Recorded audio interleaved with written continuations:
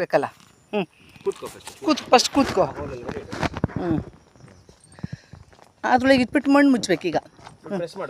ಅಂಕು ಗಟ್ಟಿಗೆ. ಸಾಕು. ಮಣ್ಣು ಹಾಕು.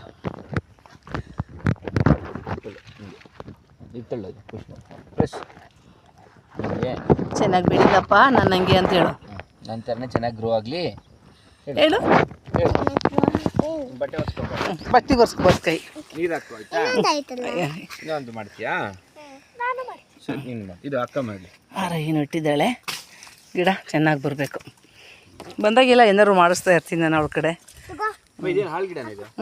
ಕಡ್ದಾಗ ಹಾಲು ಗಿಡ. ಓಕೆ, ಈಗ ಶಾನಿನೂ ಒಂದು ಗಿಡ ನೆಡ್ತಾಳಂತೆ. ಬಾ ಶಾನ್ವಿ, ಎಲ್ಲಿ ನೆಡ್ತೀನಿ? ಶಾನಿ ಯಾಕೆ ಚೆನ್ನಾಗಿ ಬರಲಿ. ನೆನಪುಗಳು ಎಲ್ಲರೂ ಗಿಡ ನೆಟ್ಬಿಟ್ಟು ವೆಯ್ಟ್ ಮಾಡಬೇಕು. ಒಂದು ಗಿಡನ ನೆಡ್ತಾ ಇರ್ಬೇಕು ಎಲ್ಲರೂ.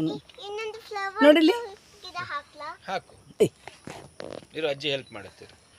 ಇನ್ನೊಂದು ಗಿಡ ನೆಡ್ತೀಯ ಕಂದ?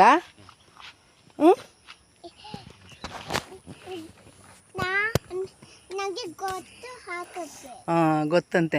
ಆರುಯ್ಯ ಬೆಸ್ಟ್ ಫ್ರೆಂಡ್ ಊರಿಗೆ ಬಂದಾಗ ಅಕ್ಕ ಫ್ರೆಂಡು ಅಲ್ವ ಕಂದ? ಯಾರ್ದು ಫ್ರೆಂಡ್ ಇದು? ಇಲ್ಲಿ ನೋಡು, ಇಲ್ಲಿ ನೋಡು, ಯಾರಿದು ನಿಂಗೆ ಹೇಳು? ಅಕ್ಕ ಫ್ರೆಂಡ್ ಊರಿಗೆ ಬಂದಾಗ.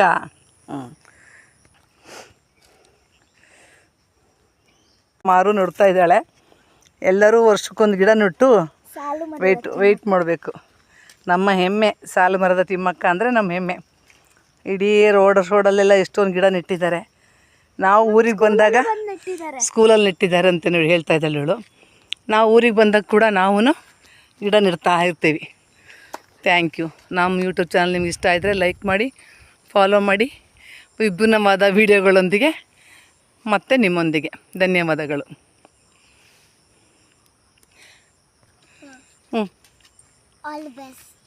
ಹೇಳು, ಏನು ಮಾಡಬೇಕು ಯೂಟ್ಯೂಬ್ ಚಾನಲ್ಲು? ಲೈಕ್ ಮಾಡಿ, ಸಬ್ಸ್ಕ್ರೈಬ್ ಮಾಡಿ, ಶೇರ್ ಮಾಡಿ. ಯಶೋಧ ರಾಮಕೃಷ್ಣ ಚಾನಲ್ ಫಾಲೋ ಮಾಡಿ.